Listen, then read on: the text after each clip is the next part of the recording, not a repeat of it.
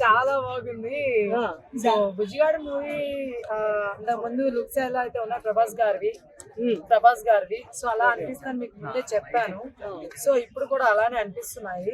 So నాకు అలా చాలా బాగా హ్యాపీ అనిపిస్తుంది. ఎందుకంటే ప్రభాస్ గారిని మళ్ళీ మనం అదే లుక్స్ తో చూడబోతున్నాం అంటే ఎవరికైనా హ్యాపీనే కదా.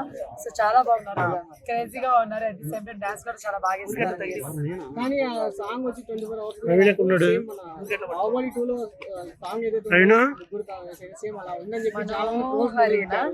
మొదలు పెట్టారు. వైబ్ అయితే వస్తుంది కదా మీ అందరికీ. So vibe important bro. కానీ ఇలా ట్రోల్ చేయడం ఎంతవరకు కరెక్ట్?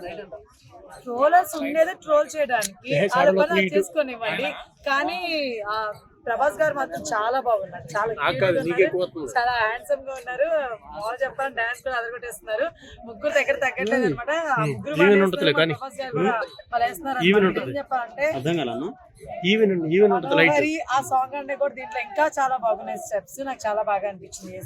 ఇంకా థియేటర్ ఎలా ఉండబోతుంది చూడాలన్నమాట. ఇది సాంగ్ డెఫినెట్ గా చూసాం కదా. ఎందుకంటే హర్రర్ నాకు ఇష్టమైన జోనర్ చాలా బాగుంటది అనమాట. నిజంగా హర్రర్ కాబట్టి అదట్టు కామెడీ ఫన్ కూడా ఉంది కాబట్టి ఖచ్చితంగా వెయిట్ చేస్తున్నాను నేనైతే.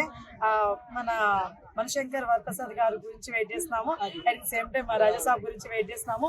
అట్ ది సేమ్ టైం అనగనగా దాని గురించి వెయిట్ చేస్తున్నాము. అట్ ది సేమ్ రవితేజ గారి దాని గురించి వెయిట్ చేస్తున్నాము. శర్వనాథ్ గారి కూడా వెయిట్ చేస్తున్నాం. కాకపోతే స్టార్టింగ్ మన ప్రభాస్ గారు వస్తున్నారు కాబట్టి ప్రతి ఒక్కరు కూడా వెళ్ళి చూడండి. చాలా బాగున్నారు నిజంగా. సంక్రాంతి వైబ్స్ ప్రభాస్ గారితోనే మొదలైతాయి అనుకోవచ్చా? ఎస్ వైబ్స్ మొదలవుతాయి. ఎవరు మొదలెట్టారు అన్నది కాదు, ఎవరు ముందు ఉన్నారు అన్నది ముఖ్యం అనమాట. అదే పైకి ఎవరు టాప్ లో ఉన్నారు అన్నది. సో ఆ వేళ ఎవరు పరిగెత్తిన పల్లెలు టాలీవుడ్ ఉండాలని కోరుకుంటున్నాను. లేదండి, మణిశంకర్ వరప్రసాద్ కి తగ్గించారని చెప్పేసి చాలా మంది చెప్తున్నారు.